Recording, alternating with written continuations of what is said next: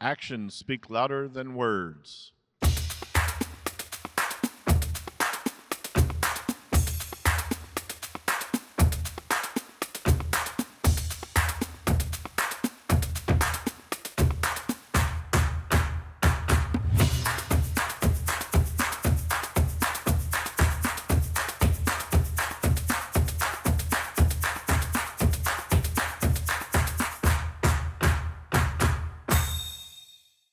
Please welcome to the stage CEO, Ingka Group IKEA, Jesper BRODIN, and founder, Ambition Loop and Global Ambassador, High-Level Climate Champions, Nigel Topping. Morning, everybody. Very, very exciting to be here for this session. Action speaks louder than words.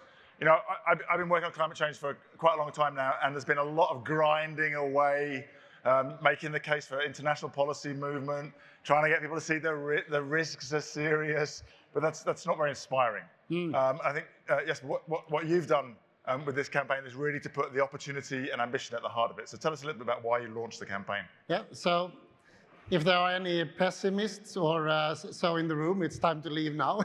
This is the welcome to the, I think, optimistic side of climate change. Listen, Nigel, I think the story began about 6 years ago, actually here in New York, in the midst of a heavy week with conversations about not only that we're not doing enough, which we still are not, but also deniers of climate, obstructors, disruptors, and so on. And we decided to actually center in on something that became a manifesto, which we call Action Speaks. And it's 5 things. First of all, we say that words are important, good intentions as well, but at the end of the day, it's only actions that matters. Secondly, we say this is a crisis where we don't set the clock speed. So speed is of essence. We can't be too intellectual too long about this. Third, it is about collaboration. IKEA or any company out there is simply too small to, on our own engine, so to say, make these changes. So we had the insight that it requires another way, an unprecedented way of working with supply chains, with peers, but also with governments and other stakeholders to make it happen. 4, and this is an interesting one, we said it's good to do things that inspires people, but it's really, in the end of the day, about impact. So each one of us need to know our scope 3 total impact, and we need to make sure that what we do actually has that impact to match the responsibility.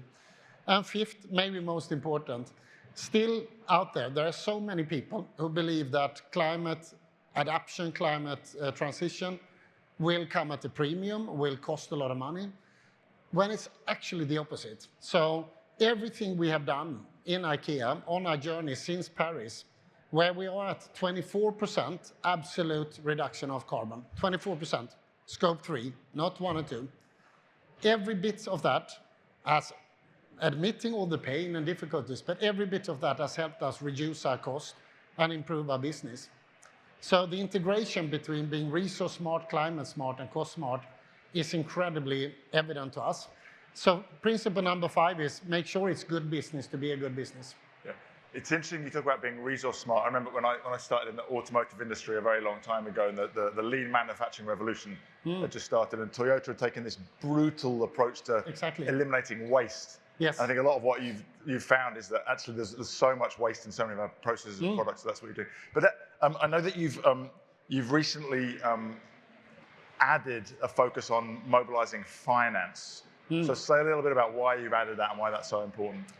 So I would say, thank you. I think for those of you who have not yet had time to look at the exhibition, I really encourage you to spend some time and look at it. So you have different categories, and this is based on the collaboration with Project Drawdown. Who we'll hear from later. So we have Eat, we will hear from them. We have Eat, we have Produce, we have different obvious areas of where we can, so to say, sectorial look at the benefits. Last year, when we basically did a pilot, we realized that finance in itself is a category that is obviously needed in order to get through. And we're also looking into and having dialogues to actually maybe categorize philanthropy, which is then maybe the only side that doesn't have to have that evident business upside, but still there is impactful examples to share. And I think it's really important that you've added that, because in a way, the whole vibe of Action Speaks Louder Than Words is about innovating better solutions for ordinary people. And I think that when we talk about the need to mobilize finance, it's often been in the sense that we just need finance to pay for the transition, whereas finance has to be a problem-solving partner as well, right? It's not because we need to find ways to unlock value that are not always obvious. Absolutely. Yeah. I think what we are at the cusp of actually achieving together is the new economic model. I truly believe so. So the linear economy will not work for IKEA for many reasons. Ethical, brand, but definitely not from a cost perspective. We are serving the many people with thin wallets. They are engaged, but they don't have the money to pay extra for the solutions that we need to provide. So we need to transform and we need to scale. And there we, of course, need finance, engineers, and everybody to work together.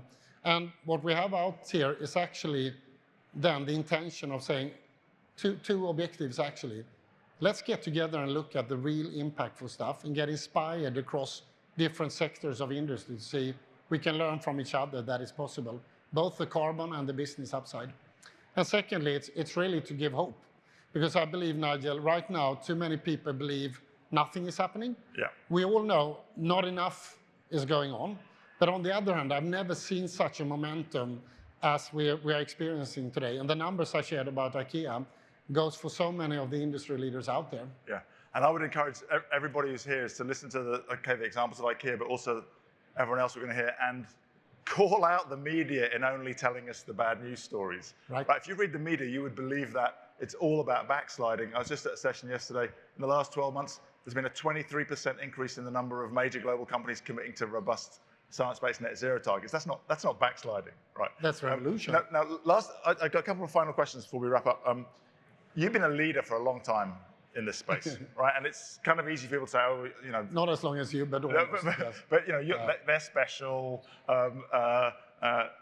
We can't do it. But you're also very involved in a lot of, you know, obviously the IKEA Foundation helped us launch Women in Business. You've been very involved in the CEO Leaders Forum on Climate at the World Economic Forum. Just tell us a little bit about the power of FOMO, if you could. When people start seeing that you're actually benefiting from being a leader, and how can we really encourage other CEOs to understand that this is an opportunity that they can take, but if they don't take it, there's a risk. Well, if I say like, first of all, we have a long tradition in IKEA, so I'm following big shoes and many footsteps of a lot of leaders.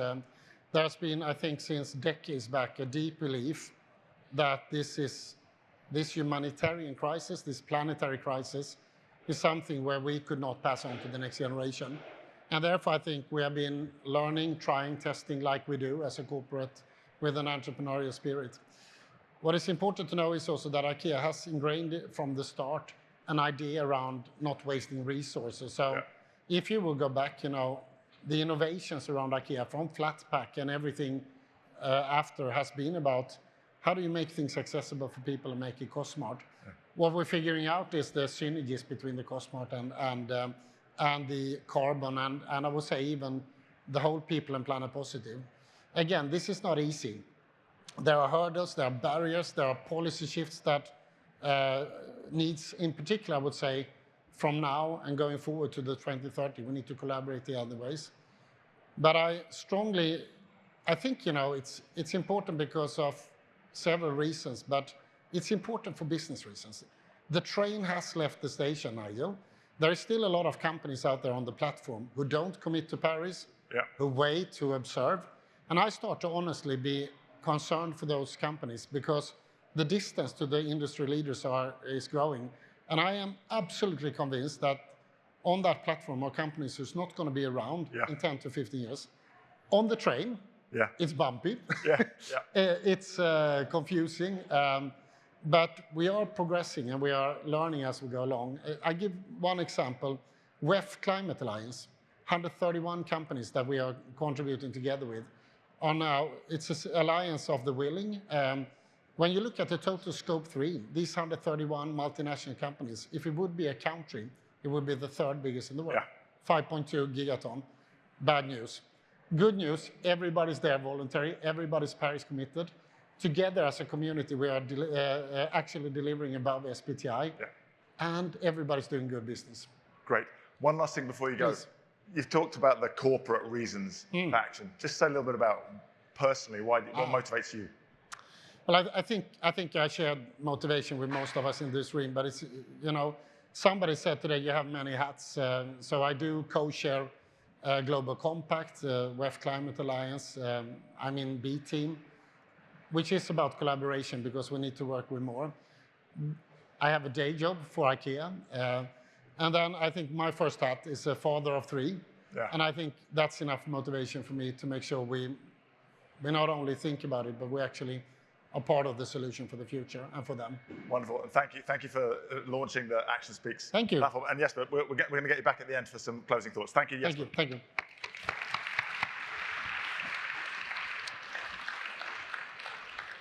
Wonderful. We're going to move on to a panel now with Vanessa BUTANI, the CSO of Volvo Cars, and DILAFRUZ KHONIKBOYEVA, the Executive Director of the Home Planet Fund, to hear 2 other perspectives on how we can really drive innovation and show through actions what's possible. So welcome. We're going to have 2 very different perspectives, a corporate leader and from maybe a movement builder, or certainly very grassroots mobilization from DILAFRUZ. I want to start with Vanessa. I started my career in the automotive sector. You've shown huge, ambitious leadership, but the world is a messy place and complicated. Things don't always go the way you want to. Just tell us a little bit about how Volvo navigates the bumps along the train ride that Jesper talked about. Exactly, yeah. I mean, Volvo Cars is definitely a car company committed to sustainability, right? And we are on the pathway to going all electric.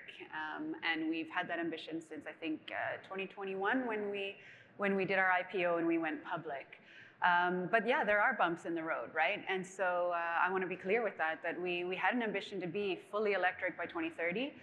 We just recently announced that we're not going to make that target. And we are still committed to being fully electric, but we see that we need to adjust our ambitions because while we feel we've done a lot, we've done very much what we can do, the market's not really with us, right? So where we are right now is we're adjusting our ambitions. We're going to full electrification by 2030. So that's any car with a cord, basically, a full electric or a plug-in hybrid vehicle. We have 5 full electric vehicles on the market today. We'll have 5 more by 2030. So when the market's ready for it, so are we. But we have to adjust and see what's happening. And that's because we see that infrastructure isn't being rolled out at the pace that we would like it to be, of course. We also see that incentives from governments are either not existing or being pulled back. So that makes it really difficult. And of course, there's the human factor as well, right? That people are somewhat hesitant still. And it's different in different parts of the world that we see, but that move from a pure combustion engine that we're all used to a full electric is perhaps a bigger step than most people are willing to take. So we see that our plug-in hybrid vehicles are actually a great way to help people make that transition to an electric vehicle and can actually get you driving much more electric in your day-to-day and have the combustion option for when you need it for a longer trip or something like that. And then people see, wow, this is a great experience. We want to move to electric. And we know that leadership requires courage, right? And there's one kind of courage that says we're going to go all the way very fast.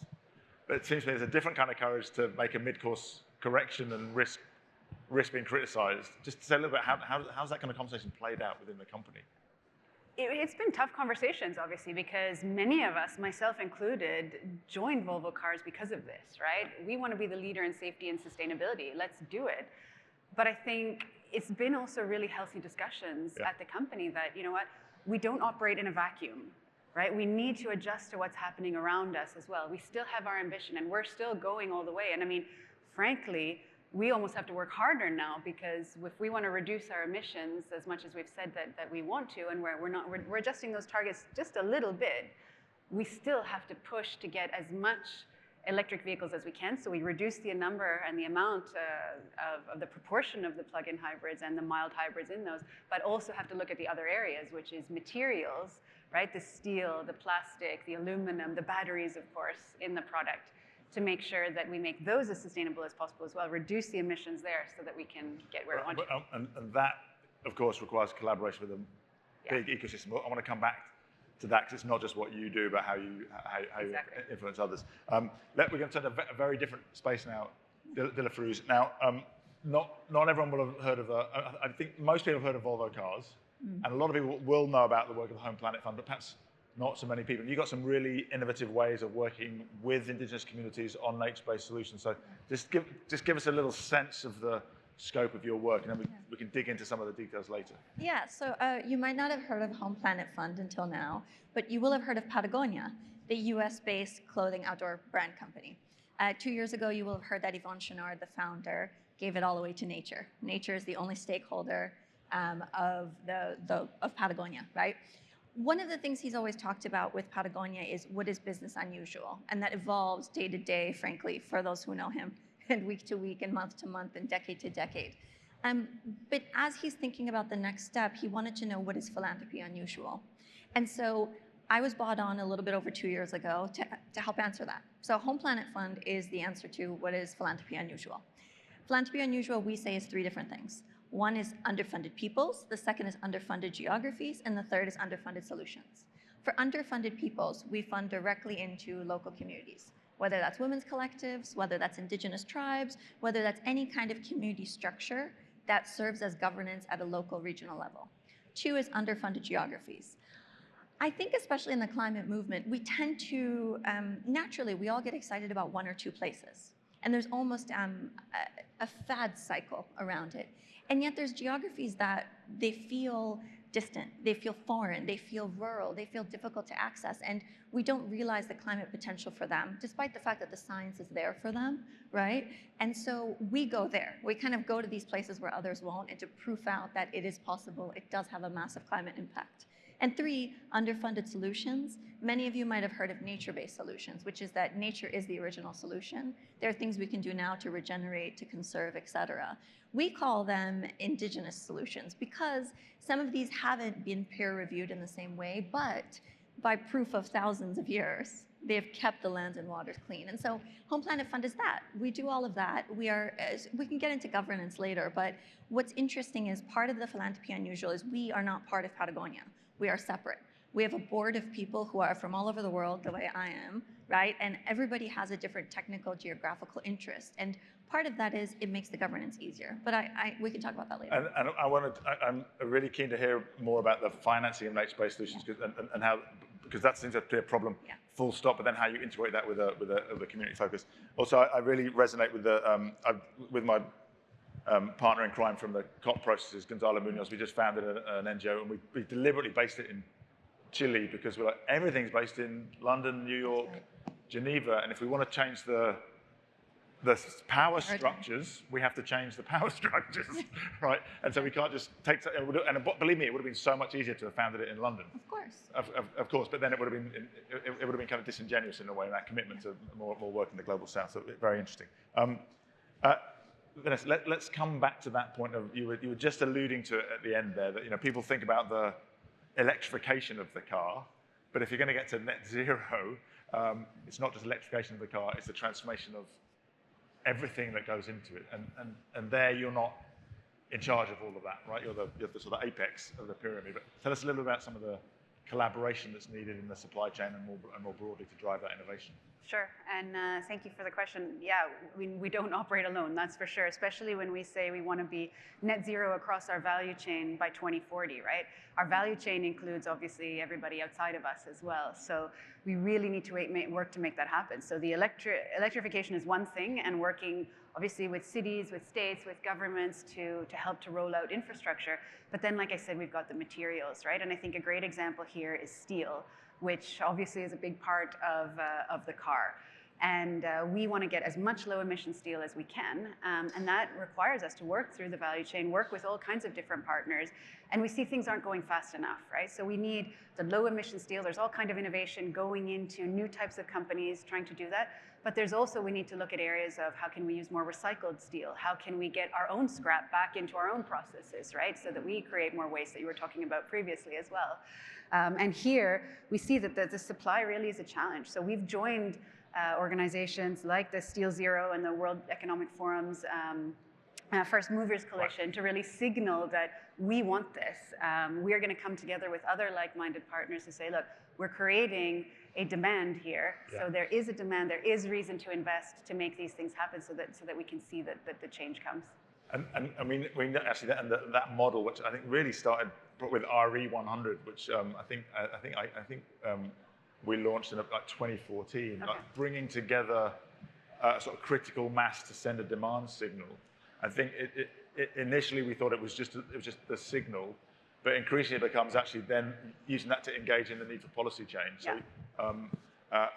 So, and I think there's two bits of that, right? There's joining as a mass to create that critical mass, but there's also the one-on-one relationships that we have with suppliers like SSAB that we work with the steel to say, okay, this is what we need. Can we test it? No, that didn't work. You know, have that really close back and forth relationship to develop exactly what we need. That works for both of us. And you also mentioned like local and national governments there. Maybe say a little bit about how the most ambitious companies, maybe not on their own, maybe in collaboration, can influence in a positive way I was thinking, for example, you were talking about recycling more of your own steel. Well, of course, that would be easier if everybody was required to recycle their steel. Can you say a little bit about how engaging in the policy-making process can drive what we call the ambition loop between public and private? I think I have one example of that, which is actually with our new electric SUV, the EX90.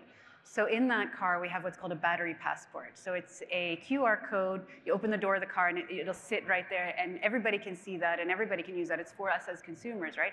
And that really gives you a status on your battery. It shows you, you know, how's your battery doing? How much has it been serviced? How long has it been alive? You know, where did it come from? All the minerals and things like that, where did those come from all the way back in the supply chain? And this is something that we're doing ahead of regulation, actually, that's coming in the European Union in 2027. And I think this is a nice example because it shows we saw, okay, we're going to need to do this. How can we go ahead and show everyone this is how we can do this? This is how it will benefit us. I'm really looking forward to understanding from our consumers as well, how are people actually using this? Are they interested in it? What parts are interesting? What more would we like to see? And I think it gives fuel to the fire as well to the government, showing, look, it can be done. It has an impact. So we're doing the right thing. So we help each other there, I see. And I think that's a really interesting example of that ambition. There's often a sort of misperception that policy has to move first and only then will companies move. And of course, there's a limit to how far you can go before you put your head so far above the parapet that it's dangerous, but you can really de-risk policy making exactly. by front-running a bit. Yeah. Again, a lot of what we're talking about is quite complex forms of collaboration. You're talking about supply chain, tracing all the way back to materials because of some of the malpractices in some parts of the supply chain. DILAFRUZ, very different kind of collaboration, but you know, climate change is often described as a global problem, and we like to talk about the big global solutions. Yeah. So EVs feels more like a global solution, right? Driving a car is not so different in a city in one side of the world as another. But when it comes to nature-based solutions and working with indigenous peoples, how do you bridge that gap between the global nature of the problem and the category solution to actually meeting the local conditions on the ground? Yeah, I'm going to start out with stats because Right. I think people like numbers, so let me share. When I started this work a little bit over 2 years ago, we immediately used the existing data science. We reached out to lots of people to understand where are the biggest interventions. We wanted to proof out that this hyper-local solution at scale and speed worked. So a year and a half in, this past spring, when we went public finally, we were able to say that we work in a little bit over 1% of all the Earth's lands. By the end of 2025, inshallah, we'll be working in a little bit over 8% of all the world's lands. Just one of our projects in East Africa with pastoralist communities. So each body, at any given moment, we all have about 8 kilograms of carbon inside us. Our East Africa pastoralists in 1 year sequester enough carbon for every person on the planet. That is one of 5 projects. We don't tell them what to do. They know what to do. Their whole livelihoods, the way they've operated in terms of the grassland regeneration, has existed for generations and for thousands of years. So for us, it's really important that we are separate to Patagonia. It's really important that we have, board members who understand this work, who come of community. Is it more challenging? Yes. But does it help proof out this concept and this kind of paradigm shift? Yes. So maybe I'll give you my own story. So I'm from Central Asia. I'm indigenous Pamiri. I'm from the Tajikistan side, but we exist in Tajikistan, Pakistan, China. We sit on something called the third pole of the world. Outside of the North and South Pole, it's the most glaciers in the world that sit on top of our mountains, the Pamir Mountains, the Hindu Kush, the Tian Shan, the Himalayas. This is not only critical for weather patterns around the world, but it actually provides water to 2 billion people on the most populous continent, right? That's not talking about biodiversity. It's not talking about, you know, the snow leopards that we care about and everything else. So Central Asia is a place we work. It's complex, of course, right? The government in Tajikistan is quite different to the government in Afghanistan. But we work there because it's important for those communities, and it's important for all of us, every single one of us, for our weather patterns, no matter where you live and where you've come from. And for me, it's so important because I was born and raised there. I grew up living in the same place, going to the same farms with my great-grandparents that they've been on for thousands of years. That lifestyle is changing. They can't now think about, we know the glaciers are going to melt on this day, we know we're going to be able to crop on this day, we know we're going to be able to do this. That is a fundamental change in their lives, but again, downstream benefits for 2 billion people, direct access to clean water. And so just to say, it is complex. And there's something about knowing when something should be inside an organization like Patagonia and when something should be pulled out and Home Planet Fund separately. There's also something about the trust and the innate understanding that people on the ground have more incentive than any of us in this room to make sure their lands and waters are clean, to make sure the way they've been living for generations continues. And so why invent something new when nature has been the original solution and when it's proofed out over thousands of thousands of years? So I would say that that's kind of where we are. Great, and I'm going to come back, we're going to go to Vanessa next, but I want to come back to you on how to make that work financially. Like, both, where does the money come from? Because however good the solution is, it needs money. Yeah. So where does that money come from and why? And also, how do you, from a governance and equity point of view, involve and make sure that the share of proceeds are distributed in a just way? Because I think that seems to be one of the real design challenges. But Vanessa, I wanted to come back to, I mean, Jesper touched on it a little bit, that he's seen huge benefits in terms of taking cost out of the business on their journey, but it's a very capital intensive shift for a manufacturing company. Just say a little bit about some of the financing challenges, either in the anywhere in the business, manufacturing, supply chain, or consumer, and some of the solutions you've had to explore to unlock.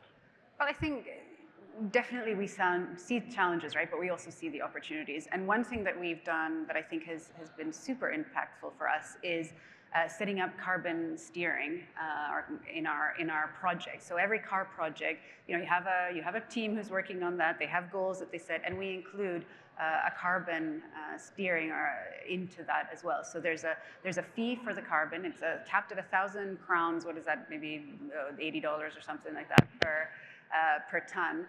And then we say, okay, you've got to balance this with everything else that comes into the project. You've got to balance it with the cost. You've got to balance it with following the regulations, of course, the safety and the quality of the car, and sustainability now too, right? So our carbon steering really helps us to be able to say, put a price on it and be able to balance that so that we keep the focus that we have. Does that, because companies use internal carbon pricing in different ways, does that actually lead to money being transferred within the company? Like does plant A pay plant B? I wouldn't say that it's like that, but it's more like, okay, you and I both, you're looking for safety elements, I'm looking for sustainability elements. Yeah. How do we find the optimal balance within that fits within our overall budget so that we can meet that, right? And it allows us to really then prioritize and push as much as we can, but really keep a sustainable business case for that. So a good example here is our recent EX30 car that we've just launched. We have a little model car out there if you want to go and take a look at it, right? Where we've got almost a quarter of the aluminum in that car is recycled. It has the lowest carbon footprint of any Volvo car to date. So it has 23,000 tons per 200,000 kilometers, which is 60% less than the equivalent internal combustion engine, right? So having those discussions, forcing that to happen, forcing that balancing allows us still to say, this is our target, this is where we need to get to, right? And then we do it, and then we get the results that we're looking for. Because you already have trade-offs to make amongst multiple variables, but it's making sure you're acting that carbon. Exactly, yeah. Great, thank you, really good example. DILAFRUZ, how about the financial, both on the incoming and the distribution side of the projects that you run in? How do you design those? Yeah. So incoming, we were started by Patagonia. And part of my whole thing was, let's not go public until we have proof. That's why it took a year and a half this past April, to go public.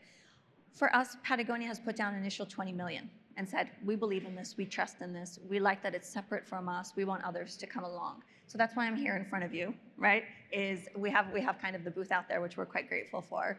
And we're fundraising now, right? We're trying to find other businesses, other foundations that will match that initial 20 million. Individuals can give.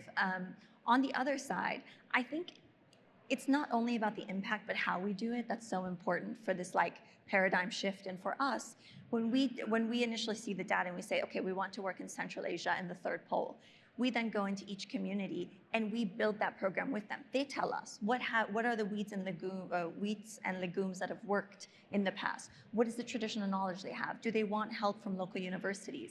And they build the programs. And so for us, that's really important, is I'm not sitting here telling them what to do. They know what to do. They bring knowledge and we bring financing, and then we have to move forward. So. Wonderful. I would love to carry on and get into more. It seems to me that there's this really lovely interplay between bold ambition and real attention to detail, whether in relationships and collaboration and design of solutions and finance. We've run out of time, unfortunately, so let's everyone give us a big hand of applause to our two panelists. Thank you. Great. Thank you so much. Very excited that now we're going to hear from Simon HENZELL-THOMAS, the Global Director of Climate and Nature at the Ingka Group, IKEA, and Elizabeth Bagley, the Managing Director from Project Drawdown, who Jesper mentioned earlier, to launch a new platform. And I'm going to hand over to them to explain all about it. Should we start? Yeah. Great. So I've been in Climate Week for 3 or 4 days. I love New York. I love Climate Week, but something that strikes me is there's a lot of talk about problems, and we need to understand the problem to solve that problem. But I think it was Einstein that said you should spend 95% of the time understanding the problem and 5% working on the solution. And I think we've spent that 95%. I think we're ready to really start talking about the solutions. So what inspires me, what gives me energy, is that feeling when you hear Vanessa and DILAFRUZ talking about those real examples, when you can touch and interact with products, and Jesper mentioned the exhibition we have in the entrance, where you can really get energy from stuff that's actually happening. So to see all those examples across sectors where companies are actually doing it for real. So this is why the amazing team, Jesper mentioned the exhibition, we call it Action Speaks. This is why we put together that exhibition, to try and inspire action, to inspire change, and really get some movement and optimism in what can be quite a sort of doom and gloom scenario. So, Elizabeth, when we say good examples, what do we mean? How do we know they're good examples? Are we just making it up, or what's the actual science behind it? I love that question, and we're not making it up. We are science and evidence-based, focusing solely on solutions at Project Drawdown, and we've researched over just about 100 solutions, and our collaboration with Action Speaks has been phenomenal because we were able to take the nearly 100 solutions and think about what are the categories that they fit into, and how can we communicate that with the general public in a way that will inspire them to look at the possibilities for ways that they can take action. So many solutions, making those solutions tangible and real through Action Speaks has been an incredible experience for us, especially when we think about scaling to people all over the world. And we need to follow the science, like you said. So I think if we know the goal is 1.5 degrees, we need to stay within that limit. And we also know the pathways to meeting 1.5. We also know that many of the solutions exist today. So really what we need to do is work with those solutions. As business leaders, we can gather around those solutions, we can scale them fast. So the platform really is about economically viable, scalable solutions that all of us can learn from and scale up as a business community, and also as individuals. And the financing question, I think, was mentioned earlier as well. Financing is critical, because without the right finance, we're not going to scale, right? So how do you see the financing part, Elizabeth? That's absolutely right. I mean, at Project Drawdown, we talk about how we need to align carbon with capital and make sure that the funding is aligned with the solutions that we know we need to put into place as quickly, safely, and equitably as possible. And so one of the categories for Action Speaks is how we finance. So the 6 categories, how we finance, that's a new category this year because we know that it's critically important for us to finance these solutions. It's one thing to just talk about them, another to say they exist, but then to bring them into the world, we really need to connect with capital. So we have how we finance, how we eat, how we move, how we grow, how we make, and how we power. And through those 6 categories, I hope you find possibility and inspiration for you to take that next step on your climate solutions journey. Brilliant. So guys, please take a look at the exhibition when you come in. There is also an online platform which we talked about, and if the technology works now, I hope it comes up, and we'll just quickly talk you through a little bit on the platform. Fingers crossed. It's going to work. Excellent. So the online platform, it's easy to navigate on your phone or on your laptop. It's where you have a diversity of all those good examples that we talked about. There's a search function, so you can search across the different areas that you talked about, Elizabeth, and all these good examples have been vetted by Project Drawdown. So we know they're, like I said, economically viable, we know they're scientifically sound, they're impactful, and they do contribute to big change in the world. And if we all can scale some of these amazing solutions, it's going to be a really, really good thing. So we made that platform available. We hope you join the exhibition, and you can also join online. So thank you very much. Nigel, any challenges from us? Or? No, well, I just want to say it's a beautiful example of collaboration between scientific rigor, super important, and the way that the language that you use, which is a translation of the language that you've used, which is a translation of the scientific rigor into the language of everyday people. You know, the way we move, the way we eat is a lot simpler than talking about CO2 equivalent metrics. It is. And I also think this is one of the ways into that journey to scale, which changes the economics, right? Which we've seen in things like the battery technology that we talked about earlier, that coming down in cost, so that as things start, the more we get to scale, the more we get the cost reduction, the more we get to scale, which triggers that kind of exponential change. So yeah, fantastic. And the thing is, understand the human condition as well. When we see optimism, when we see action, it inspires others to act as well. So I think, humans are simple. We are optimists. So yeah, we want to see solutions. So thank you for that. I look forward to exploring the platform and encourage everybody to look at Action Speaks and the good examples work that you've done. So thank you. Thanks, Nigel.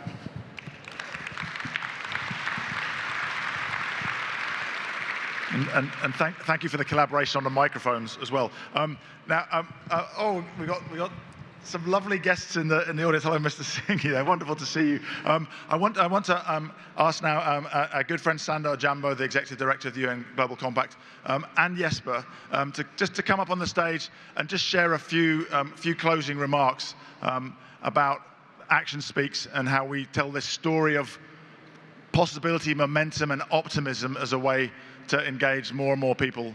So SANDA, you're heading a huge global network of organizations, of businesses, and it stands for collaboration, and you've been very focused on real solutions. So just give us a flavor of the sense of progress you have this Climate Week compared to the many years that we've all been working on these challenges. Okay. First, Nigel, great to see you again. And let me also say, yes, Jesper's sitting here as the CEO of IKEA, but he recently joined the UN Global Compact Board as one of our vice chairs. He did mention it. Did he mention that before? Yeah, he gave a shout out, yeah. Good, great.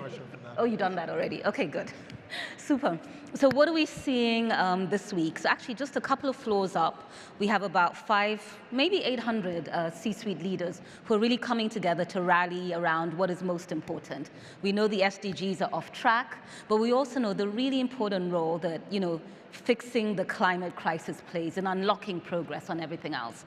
So 2 key things that I think that are coming up for us now is ambition and credibility. And Nigel, you've been so critical in driving forward those 2 things. We won't get to where we need to go in terms of decarbonization, in terms of building resilience and adaptation, and certainly addressing loss and damage without those 2. So what we're working towards is making sure that companies are trained on, that 1.5 degree target.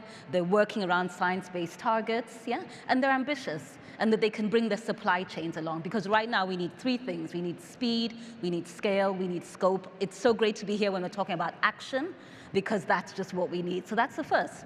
The second piece is partnerships, because nobody can really do this alone. And that's why, I'm spending this week in other people's events. I mean, I have my own, but I realize our platform won't take us where we need to be. So it's great to be here, listening in on others. We're all looking for the same thing. We just need to do it together. I'm pleased that you mentioned the science-based targets. Of course, one of the, UNGC is one of the organizers. That's a very collaborative, and it was born collaborative.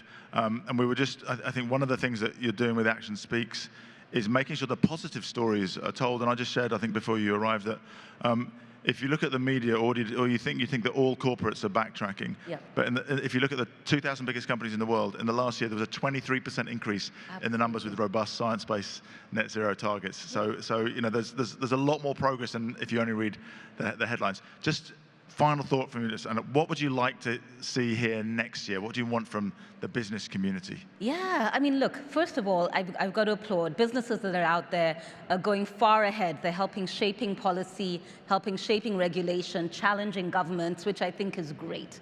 So that, that ambition, I think, is absolutely important. I think what we need more of is voice. Perhaps we don't always hear enough. I know that depending on where you are, there's ESG backlash.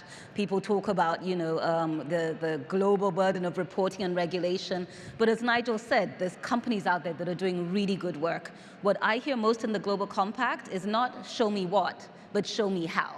And that's why I think this platform is so fantastic, just a few glimpses I've gotten around what works. So first is, to continue to have that voice and that leadership. Second would be, let's bring along our supply chains. I don't think we're going to be able to address what we need to address without bringing along, everybody. I was sitting in a meeting where someone says there are 4,000 companies in their supply chain. I mean, that would be an incredible boost on the goals that we need to make. So ambition, voice, supply chain. Those are mine. we heard some interesting examples of Volvo collaborating with their supply chain, but we also do have a growing number of companies who've set their own science-based targets, starting to make it a requirement for their suppliers. So you're really calling for more of that. Absolutely. Yes, but we're nearly at time. Just give us some of your reflections on what we've heard from all our contributors today. Well, first of all, I think Sanda said it. If I would end by saying, or telling a short story, I had the pleasure a while ago to meet a woman, a leader of an agriculture machine producer in Europe. We had a discussion about climate, and she said, I would love to be at the cusp of this transformation, but our machines are heavy. Our industry is not going to be the first one that moves on this, and I'm saddened by it, but that's how it is. A few weeks later, I happened to just be in one of these calls with a Canadian mining company.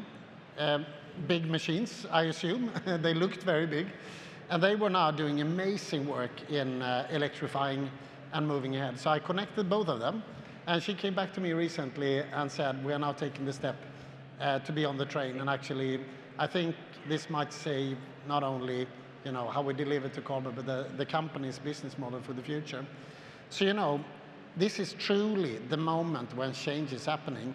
And if we lead this with 2 big review mirrors and a small front window, we're going to miss the future. So this is about collaboration and being inspired by big, impactful things. And the last thing I would say also is that, because also Sanda and I work with SMEs out there, and there's a new category this year, which you will see when you walk around in the exhibition. There are things that are already at impact, but there are also things that have the potential to be impact. So when you walk, have a look at that. If you have friends or if you're in the business, maybe there's something you would like to pick up and help us scale. Thank you. Fantastic. We're at the end of time. I think you've just beautifully summed up the need for a positive narrative, the need to be looking for solutions. It's easy to be smart about all the problems, but it doesn't really change anything. And also the power of unusual collaborations, whether it's across the supply chain or between an agricultural equipment manufacturer and a mining company. Who'd have thought it? So with that, please thank Jesper and Sanda and all of our great speakers. Thank you. Thank you.